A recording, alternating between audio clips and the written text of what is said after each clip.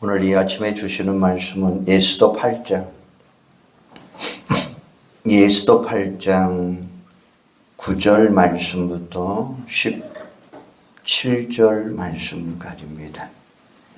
에스더 8장 9절에서 17절입니다. 그때 시완월 곧 3월 23일에 왕의 서기관이 소집되고 모르드게가 시키는 대로 조서를 써서 인도로부터 구스까지 127지방 유다인과 대신과 지방방과 관원에게 전할세. 각 지방의 문자와 각 민족의 언어와 유다인의 문자와 언어로 쓰되 아하수에로 왕의 명의로 쓰고 왕의 반지로 인을 치고 그 조서를 욕졸들에게 붙여 전하게 하니 그들은 왕궁에서 길러서 왕의 일에 쓰는 준말을 타는 자들이라. 조서에는 왕이 여러 고을에 있는 유다인에게 허락하여 그들이 함께 모여 스스로 생명을 보호하여 각 지방의 백성 중 세력을 가지고 그들을 치료하는 자들과 그들의 처자를 죽이고 도륙하고 진멸하고 그 재산을 탈취하게 하되 아하수에로 왕의 각 지방에서 아달월 곧 12월 13일 하루 동안에 하게 하였고 이 조서 초본을 각 지방에 전하고 각 민족에게 반포하고 유다인들에게 준비하였다가 그날의 대적에게 원수를 갚게 한지라. 왕의 어명이 매우 급함에 욕졸이 왕의 일에 쓰는 준말을 타고 빨리 나가고 그 조서가 도성 수산에도 반포되니라. 모르드게가 푸르고 흰 조복을 입고 큰 금관을 쓰고 자색 가는배 겉옷을 입고 왕 앞에서 나오니 수산성이 즐거이 부르며 기뻐하고 유다인에게는 영광과 즐거움과 기쁨과 존귀함이 있는지라. 왕의 어명이 이르는 각 지방 각 읍에서 유다인들이 즐기고 기뻐하여 잔치를 베풀고 그날을 명절로 삼으니 본토 백성이 유다인을 두려워하여 유다인 되는 자가 많더라. 아멘. 주일학교 다니는 한 꼬마가 여행의 시장에서 집에서 싸운 삶은 계란을 꺼내어 먹고 있습니다. 잠시 눈을 감고 기도한 후에 먹기 시작을 했습니다. 그 모습을 지켜보던 한 남자가 심심하던 저에 잘 됐다는 듯 꼬마에게 이런 질문을 던집니다. 애야, 너는 교회 다니는구나. 하나님이 어디 있는지 말해봐. 그러면 내가 사과 1개 줄게. 그러자 그 꼬마가 그 남자를 뻔히 쳐다보면서 이렇게 대꾸하는 거예요. 아저씨, 하나님이 없는 곳이 어디인지 한번 말씀해 보세요. 그러면 제가 사과 1상자 사드릴게요. 그러자 남자는 아무 대답을 못하고 얼굴만 빨개졌습니다. 무슨 이야기입니까? 많은 사람이 하나님이 눈에 안 보이는다고 섣불리 하나님 없다고 부정해버립니다. 잘못된 판단이죠. 눈에 안 보인다고 없는 건가요? 그렇지 않습니다. 물리적 세계에도 우리 눈에 보이지 않아도 분명히 존재하는 것 얼마든지 많이 있습니다. 예를 들어서 공기는 눈에 안 보이지만 분명히 존재합니다. 전기도 눈에 안 보이지만 분명히 흐르고 있습니다. 하나님은 물질이 아닌 영이심으로 당연히 눈에 보이지 않습니다.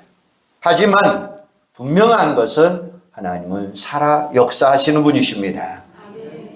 그러다가 어디에나 계시는 분, 이런 특정을 가르쳐서 무소부재하신 분이다 라고 말씀하십니다. 이걸 가르쳐서 우리는 하나님의 섭리라고 불러요. 일반 사람은 하나님의 손길을 볼 수 없습니다. 하지만 믿음의 사람은 하나님의 손길을 바라볼 수 있습니다. 히브리 11장 1절에 보면 믿음에 대해서 설명하고 있는데, 믿음은 바라는 것들의 실상이요 보이지 않은 것의 증거니라 라고 말씀하셔요. 쉽게 말하면 보이지 않는 것을 보는 능력, 이게 바로 믿음인 줄로 믿습니다. 우리의 육안으로 보지 못하는데 어떻게 보내야 의하게 생길 수 있습니다. 사람에게는 육안, 영안이 있습니다. 인간의 죄로 인하여 영안이 어두워졌습니다. 그런데 십자가 대속의 은혜로 죄 사함 받으면 성령으로 말미암아 영안이 밝아집니다. 그래서 영적 세계에서 벌어지는 일들을 우리는 깨달아 알 수 있습니다. 하나님의 존재와 역사하심, 그리고 사단과 악의 영들의 역사들을 깨달을 수 있다는 거예요. 이것을 가르쳐서 영안을 본다라고 이야기합니다. 믿음의 사람은 영안이 밝아져서 하나님이 살아 역사하심을 볼 수 있습니다. 그러니까 믿음의 사람에게 하나님은 보이지 않아도 보이는 하나님이 되는 줄로 믿습니다. 오늘 본문은 예수더는 아주 특이한 책이에요. 성경 66권 가운데 유일하게 하나님의 호칭 여호와, 하나님, 주님이라고 하는 단어는 한 번도 나오지 않습니다. 마치 하나님이 보이지 않고 존재하지 않은 것 같은 모습입니다. 그런데 그 내용을 잘 살펴보면 그 어느 책보다도 하나님의 역사심이 생생하게 나타나고 있어요.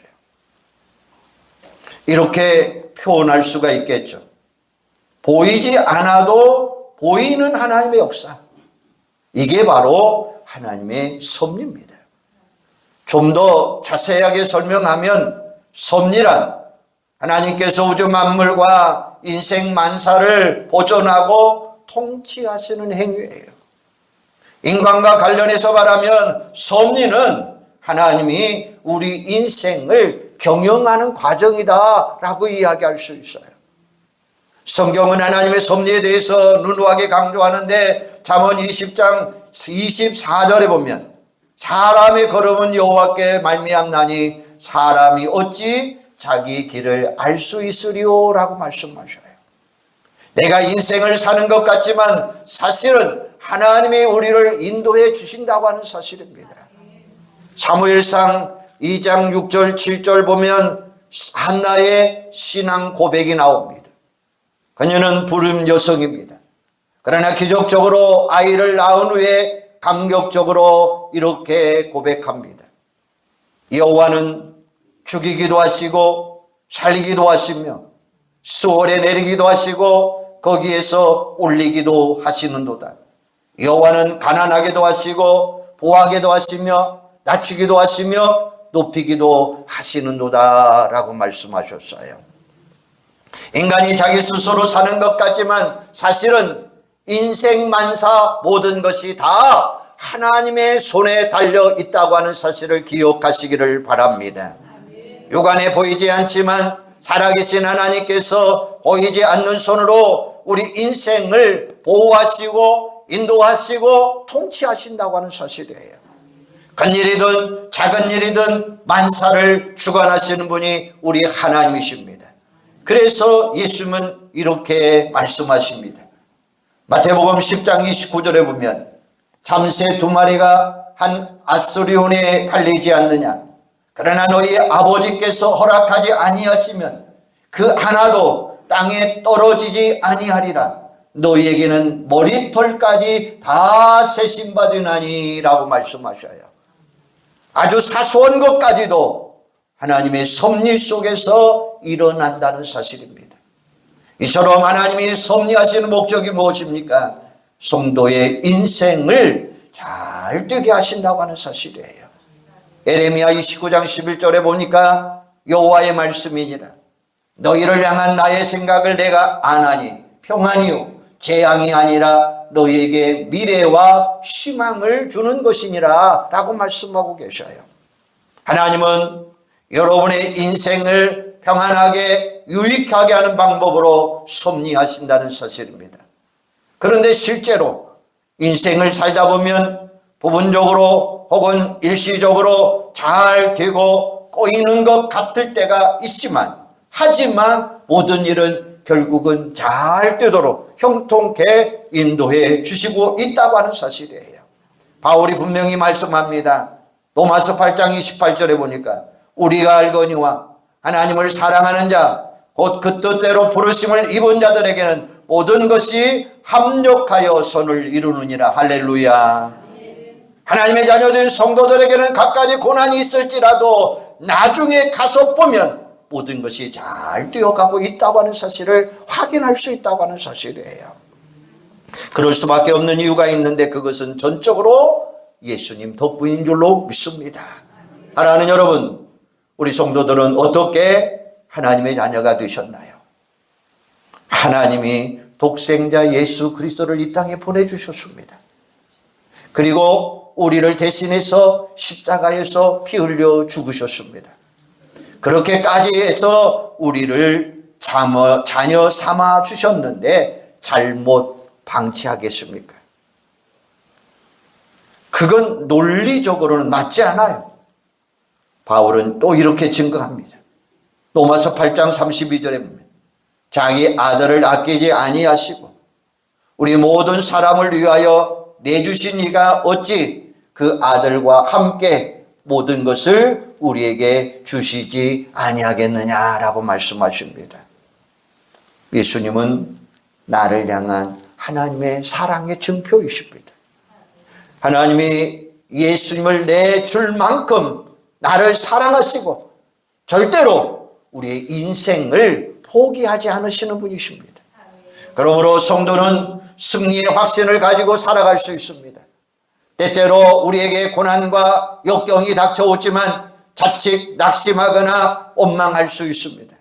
하지만 살아계신 하나님의 섭리를 믿는다면 궁극적으로 우리는 승리하는 줄로 믿으시기를 바랍니다. 그러면 예수도에 나오는 하나님의 섭리 한번 살펴보십시다. 한마디로 말하면 보이지 않아도 분명히 살아 역사하시는 하나님의 놀라운 섭리가 나타나는 책이에요. 실제 역사의 기록이지만 마치 의도적으로 짜놓은 소설처럼 역전 드라마가 있는 스릴이 있는 책입니다. 그 역사 배경은 바사시대입니다. 이스라엘이 바벨론에서 멸망한 후에 많은 백성들이 포로로 끌려갑니다.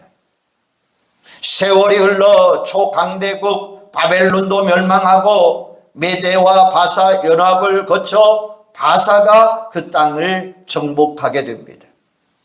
에스더서는 특히 아하수에로 왕 당시의 사건을 기록하고 있습니다. 하나님의 섭리 가운데 포로인 출신 에스더가 왕후가 됩니다. 보통은 바사의 귀족 가운데서 왕후를 간택하는데 희한 일이 벌어집니다. 왕후 와스디가 왕에게 미움을 받아서 폐위된 후에 귀족 가문에서 간택해도 별 수 없다는 생각이 들을지는 모릅니다. 그래서 당시로서는 이 파격적인 공개 오디션 방송으로 왕후를 선발합니다. 보이지 않는 하나님의 손길이 역사하심을 생생하게 느낄 수 있습니다. 그런데 그 후에 기가 막힌 일이 벌어집니다. 하만이라고 하는 자가 있었는데 그는 왕 다음에 제2인자의 실세 총리입니다. 아주 교만하고 교활한 자입니다. 에스더의 사촌 오빠 모르드게가 왕궁 수위였는데 그를 몹시 미워합니다. 그것은 자신이 드나들 때 모든 사람들은 굽실거리며 절하는데 유독 모르드게만 절하지 않기 때문이었습니다. 이스라엘 유다인은 여호와 하나님 외에는 아무리 높은 사람이라도 절대 절하지 않습니다. 이를 믿게 본 하만이 왕에게 뇌물을 먹이고 흉계를 꾸밉니다. 모르드게를 처형할 뿐만 아니라 동족 유다인 전체를 학살할 날을 결정하는 법령을 공포합니다. 절대절명의 위기입니다. 그런데 하나님의 섭리 가운데 역전 드라마가 펼쳐집니다. 기세등등했던 하만과 그 일족이 몰락하고 오히려 모르드게가 부상하게 됩니다. 예수들은 더욱더 왕의 총애를 받게 되죠. 유다인은 학살을 위기 가운데 벗어날 뿐만 아니라 본토 백성이 오히려 포로민 유다인을 부러워하는 기이한 현상이 일어나게 됩니다. 하만이 몰락하는 것 당시로서는 도저히 상상할 수 없는 일이었습니다. 그런데 하나님이 섭리하니까 모든 일이 가능한 거예요. 하만이 모르드게를 매달아 죽이려 했던 그 장대에 다신이 달려 처형을 당합니다. 그 장대의 높이가 50규빗, 약 23m나 되는 장대입니다. 한번 상상해 보시기를 바랍니다. 하만이 자기가 세운 장대에 달려 죽다니 얼마나 놀라운 이야기입니까? 역전도 이런 역전이 없을 것입니다. 그 후 모르드게가 그 부상에서 하만의 자리를 차지하게 됩니다. 왕의 다음가는 총리가 됩니다. 그것도 실세 총리로. 왕이 모르드게를 높이 세웁니다. 왕의 반지가 있는데 우리로 말하면 옥새입니다. 그것을 아예 모르드게에게 내어줍니다. 왕은 상징적인 역할만 하고 모든 정치를 그에게 맡깁니다. 총리가 된 모르드게의 영광스러운 모습을 보면 예수도 8장 15절 모르드게가 푸르고 흰 조복을 입고 큰 금관을 쓰고 자색 가는 배 겉옷을 입고 왕 앞에서 나오니 수산성이 즐거이 부르며 기뻐하고 라고 말씀해요. 포로 출신이 이렇게 영화롭게 부상하다니 얼마나 놀라운 하나님의 섭리이십니까? 예수들은 더욱더 왕의 총애를 받게 되고 왕으로서의 위치를 견고하게 세워갑니다. 왕이 그녀를 얼마나 사랑하고 아꼈는지 나라의 절반이라도 주겠다라고 손을 합니다. 하만이 처형된 후에는 그의 집을 예수더가 하사하게 됩니다. 재산 규모가 어마어마하게 늘어나게 됩니다. 가장 중요한 것은 유다인의 극적인 승리입니다. 학살 위기 가운데 처해 있던 유다인이 오히려 그 기후의 원수들을 물리치고 본토 백성들이 더 존귀해지는 놀라운 일들이 벌어집니다. 그 당시에 바사에서는 한번 공포한 병령은 결코 취소될 수 없다는 것입니다. 하만의 흉계로 공포된 법령도 마찬가지입니다. 처형의 날이 다가오는 가운데 예수더가 왕에게 간청하자 왕이 모르드게에게 무슨 법령이든지 마음대로 공포하라 라고 허락해버립니다. 그래서 어떻게 되죠? 새로운 법령을 공포하게 됩니다. 하만이 정한 처형의 날 유다인이 자기권을 행사할 수 있도록 하는 것이었습니다. 정당 방위를 할 뿐만 아니라 원수들을 없앨 수 있게 되었습니다. 이미 모르드게가 실세 총리가 되었기 때문에 모든 관료가 유대인 편을 들을 수밖에 없습니다. 결국 유다인은 처형되는 대신에 그들을 괴롭혔던 원수들을 처치할 수 있었습니다. 상황이 이렇게 돌아가니까 본토 백성이 오히려 유다인을 부러워합니다. 그 장면이 오늘 본문 16절 17절입니다. 유다인에게는 영광과 즐거움과 기쁨과 존귀함이 있는지라 왕의 어명이 이르는 각 지방 각 읍에서 유다인들이 즐기고 기뻐하며 잔치를 베풀고 그날을 명절로 삼으니 본토 백성이 유다인을 두려워하여 유다인 되는 자가 많더라. 할렐루야. 처형일이 역전이 되고 축제일이 된 거예요. 본토인들이 자칭해서 유다인들이 됩니다. 신앙 고백을 하고 할례를 받음으로 이스라엘로 귀화하게 됩니다. 얼마나 통쾌합니까? 그리고 경축일을 별도로 제정하는 일까지 벌어집니다. 이게 바로 불임절입니다. 유다인의 학살 예정일 다음 이틀, 그러니까 아달월 14일, 15일 동안 지내게 됩니다. 바로 불임이라고 하는 이야기는 히브리로 부르라고 하는 이야기예요. 바로 이틀이니까 라는 이야기예요. 하만이 유다인을 학살하려고 부르, 바로 제비를 추첨해서 날짜를 정했더라라는 말이에요. 바로 그날 승리한 것을 기념해서 불임절로 삼았더라라고 이야기해요. 유다인들은 이 불임절을 대대로 지키며 하나님의 섭리 놀라운 것을 재확인하며 찬양을 합니다. 그래서 오늘까지 이 불임절은 이스라엘 백성들이 지키고 있다고 하는 사실이에요. 이런 이야기를 읽으면서 흥미진진하게 우리는 하나님의 섭리를 발견하셔야 돼요.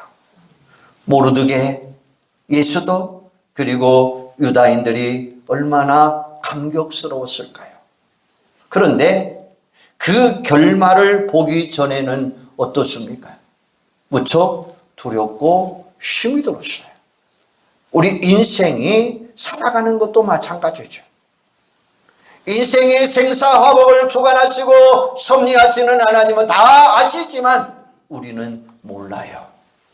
그래서 늘 두렵고 떨리고 염려스럽습니다. 당장 눈앞에 고난의 마음이 흔들릴 때도 있습니다. 불확실한 미래를 생각하면 마음이 짓눌리기도 합니다. 하지만 우리에게 하나님의 섭리를 믿는 신앙만 있다면 그 두려움과 염려는 넉넉하게 이겨나갈 줄로 믿습니다. 그렇다면 우리가 어떻게 해야 될까요? 적극적으로 하나님의 섭리 신앙으로 무장하시기를 바랍니다. 현실은 힘들고 미래가 두려울 때 오직 하나님만을 바라보고 의지하시기를 바랍니다. 그래서 시편 기자는 시편 146편 5절에 보면 야곱의 하나님을 자기 도움으로 삼으며 여호와 자기 하나님에게 자기 소망을 두는 자는 복이 있도다라고 말씀하셔요. 오직 하나님의 도움을 받으며 하나님께 소망을 두라라는 말씀입니다. 그러면 우리는 어떤 자세를 가지고 살아가야 될까요? 그 첫째는 하나님의 섭리를 믿기 때문에 우리는 평소에 최선을 다하면서 살아가자는 것입니다. 모르드게는 왕궁수에 불과했지만 최선을 다해서 믿음을 지켰다고 하는 사실이에요. 하만의 핍박에도 굴하지 않았습니다. 그러던 중 왕의 시해 음모를 절박하게 느끼게 됩니다. 큰 공을 세웠지만 그때는 상을 받지 못합니다. 인간적으로 섭섭할 수 있는데도 결정적인 순간에 왕의 역대 일기, 왕궁 일기를 읽다가 그 사실을 발견하게 됩니다. 이 일이 유다인 하만의 관계로 학살당할 위기에 처했을 때 결정적인 역할을 하게 되었다는 것입니다. 예수도 보세요. 포로 출신이지만 최선을 다할 때 하나님의 은혜로 왕후가 되었고 유다인의 학살을 막기 위해 자신의 목숨을 걸고 왕에게 나갈 때에 하나님이 그 모습을 보고 상을 주게 됩니다. 왕에게 더 큰 총애를 받게 되고 큰 재산을 하사받게 됩니다. 이처럼 평소의 삶의 자리에서 최선을 다하는 삶을 살면 하나님은 다 보고 계십니다. 사람들은 보지 못해도 보고도 무시해도 하나님은 반드시 보상하시는 이유로 하나님은 우리를 반드시 보상해 주고 계신다는 사실을 믿으시기를 바랍니다. 두 번째는 하나님의 섭리를 믿는다면 필요할 때마다 도우심을 바라며 기도하는 자들 되시기를 바랍니다. 예수도 모르드게 그리고 유다인 위기 상황 속에서 그들은 목숨을 걸고 금식하며 기도했습니다. 그 간절한 기도에 하나님이 응답하셨습니다. 기도는 하나님의 섭리를 이루는 도구라고 하는 사실이에요. 에레미야 33장 2절에 보면 그 일을 행하시는 여호와, 그것을 만들어 성취하시는 여호와, 그의 이름을 여호와라 하는 자가 이같이 이루시는도다. 너는 내게 부르짖으라. 내가 내게 응답하겠고 내가 알지 못하는 크고 은밀한 일을 내게 보이리라. 할렐루야. 우리가 기도하면 예상치 못한 놀라운 일들이 하나님의 섭리 가운데 반드시 이루어진다고 하는 사실입니다. 영국의 청교도 작가 존 버년의 이야기입니다. 그는 시골의 땜장의 아들로 태어나 정규 교육을 받지 못했습니다. 하지만 어려서부터 그는 책 읽는 것을 좋아했습니다. 장성에서 다행히 독실한 여성을 만남으로 인해서 결혼하게 됐는데 그녀가 지창곡으로 2권의 책을 가져오게 됩니다. 그는 그 책들을 읽으면서 감화를 받고 경건한 그리스도인이 됩니다. 신앙이 성장하면서 평신도 설교자로 사역하게 됩니다. 국왕 찰스 2세에 의해 개신교 신앙이 금지됐지만 계속 설교 사역을 하다가 그가 체포가 되어 투옥하게 됩니다. 신앙을 포기하면 풀어준다고 휴유했지만 신앙의 절개를 지키면서 계속해서 감옥살이를 하게 됩니다. 하지만 현실이 너무나 참담해서 그는 부르짖으며 기도합니다. 비좁고 냄새나는 감옥이지만 울부짖어 부르짖어 기도했습니다. 주님, 제발 제게 자유함을 주십시오. 시간이 아까워서 견딜 수가 없습니다. 그의 기도를 하나님이 들으시고 이런 음성을 그에게 3번이나 주십니다. 내 은혜가 내게 족하도다. 내 은혜가 내게 족하도다. 내 은혜가 내게 족하도다. 주님의 뜻을 깨달은 그는 감옥에서 말씀을 묵상하며 철로 역정을 조술하게 됩니다. 그러던 중 감옥에서 풀려났고 추록 후에 철로 역정 2부를 완성하게 됩니다. 그 책은 역사상 성경 다음으로 많이 읽힌 기독교 고전으로 알려지는 명작입니다. 우리가 인생을 살면서 별의별 고난과 역경을 당하다 보면 낙심할 수가 있습니다. 하지만 포기하지 마시기 바랍니다. 하나님의 도우심을 바라보면 기도하면 반드시 하나님의 놀라운 섭리가 나타날 줄로 믿습니다. 이 확신으로 기도함으로 꼭 승리하는 여러분들이 되기를 주님의 이름으로 축원합니다. 3번째는 당장 하나님의 섭리가 나타나지 않아도 낙심하지 마시고 인내함으로 하나님의 때를 기다리시기 바랍니다. 기도할 때 즉시 응답되는 게 아니죠. 어떤 경우에는 시간이 오래 걸리기도 합니다. 그럴 때 하나님의 섭리를 기대하며 끝까지 인내하시기를 바랍니다. 우리가 이미 이루어진 역사의 기록을 보니까 그렇지 사실 당신의 형실 속에서는 모르드게 예수도 얼마나 힘들었을까요? 그들이 승리한 것은 하루아침에 된 일이 아니었습니다. 상당한 시간이 흐른 후에 이루어진 것입니까? 그러니까 그들이 얼마나 초조하고 얼마나 괴로웠다고 하는 사실을 우리는 짐작해 볼 수 있습니다. 학살의 날은 성큼성큼 다가옵니다. 죽을 지경일 것입니다. 하지만 그들은 하나님을 바라보고 기다리고 인내하니까 하나님의 때에 하나님이 역사하셨습니다. 유다인의 학살을 면하고 승리하게 된 데는 예수의 역할도 컸지만 이런 일도 있었습니다. 앞에서 언급한 대로 예전에 모르드게가 공을 세운 일이 있었어요. 바로 왕에 대한 사해, 시해, 음모일 때 적발한 것을 왕을 보호했다고 하는 사실이죠. 바로 결정적인 순간 왕이 왕궁 일기를 읽다가 그것을 발견하게 됩니다. 오늘 본문 에스더 6장 1절에 보면 그날 밤에 왕이 잠이 오지 아니하므로 명령하여 역대 일기를 가져다가 자기 앞에서 읽더니 바로 5년의 후의 이야기입니다. 왕이 모르드게를 치하하고 큰 상급을 줍니다. 당연히 유대인에 대한 호감을 갖게 되었고 에스더가 유대인이라고 하는 사실도 알게 됩니다. 이 모든 게 하나님의 놀라우신 역사였다고 하는 사실이죠. 절묘하게 타이밍을 맞춰둔 거예요. 우리가 어떤 경우에도 실망해서는 안 돼요. 모든 것은 하나님의 섭리 가운데 이루어 가고 있다고 하는 사실이에요. 가장 좋을 때 바로 나타날 수 있다고 하는 사실이에요. 당장 해주는 것보다 나중에 더 좋게 해주시는 하나님의 섭리가 우리 가운데 있다고 하는 사실이에요. 그럼 우리는 어떻게 해야 될까요? 끝까지 인내하시기를 바랍니다.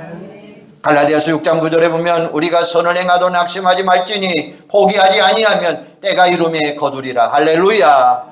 여러분, 아무리 어렵고 힘들어도 결코 절대로 포기하거나 낙심하지 마시기를 바랍니다. 그리고 이 말을 꼭 명심하시기를 바랍니다. 절대 안 된다고 절대 말하지 마시기를 바랍니다. 다시 한번 따라서 할까요? 절대 안 된다고 절대 말하지 말자. 하나님의 선하신 뜻을 행하는 것이라면 포기하지 않는 한 하나님은 반드시 그 일을 책임져 주실 줄로 믿습니다. 그때를 기다리시기를 바랍니다. 포기하지 마시기를 바랍니다. 끝까지 지키시기를 바랍니다. 성도의 신앙은 반드시 승리할 줄로 믿습니다. 사랑하는 여러분, 우리가 인생을 살다 보면 믿는 성도라도 답답한 일이 있습니다. 하나님이 어디 계신가? 갈등과 회의가 생길 때도 있습니다. 그래도 믿음의 끈을 절대 놓지 마시기를 바랍니다. 보이지 않아도 보이는 하나님 살아 역사하시는 줄로 믿으시기를 바랍니다. 보이지 않는 하나님의 손길이 우리를 언제나 꼭 붙들고 있다고 하는 사실이에요. 그러므로 있는 자리에서 최선을 다하시고 기도하시고 하나님의 때를 기다리며 인내하는 여러분들이 되기를 바랍니다. 그래서 부디 하나님의 섭리, 하나님의 놀라운 일들을 생생하게 체험하시면서 승리하는 사랑하는 여러분들이 되기를 주님의 이름으로 축원합니다. 기도하겠습니다. 하나님, 우리가 살다 보면 답답한 일들이 얼마나 많습니까? 갈등과 회의가 생길 때도 얼마나 많습니까? 그러나 우리는 믿음의 끈을 놓지 않게 하여 주시기를 원합니다. 보이지 않아도 보이는 하나님의 살아 역사하심을 믿게 하여 주시기를 원합니다. 보이지 않는 하나님의 손길을 우리가 든든히 붙잡게 하여 주시기를 원합니다. 우리는 그 자리에서 묵묵하게 최선을 다하게 하시고 열심히 기도하게 하시고 하나님의 때를 기다리며 인내하는 저희들이 될 수 있도록 하나님 함께하여 주시옵소서. 그런 가운데 하나님의 놀라운 역사를 체험하게 하시고 하나님의 섭리를 느끼게 하시고 하나님의 놀라운 승리를 경험하는 복된 자들이 되도록 우리 주님 축복하여 주시옵소서. 아버지 하나님, 모르드게 아버지 하나님, 예수도 유다인들 어려운 환경 가운데서도 저들이 끝까지 최선을 다하고 기도하고 하나님의 섭리를 기다릴 때 하나님께서 저들을 새롭게 하시고 승리케 하시고 축복하여 주셨던 것처럼 오늘도 우리에게 이런 놀라운 일들이 일어날 수 있도록 함께하여 주시옵소서. 예수님의 이름으로 기도하옵나이다. 아멘.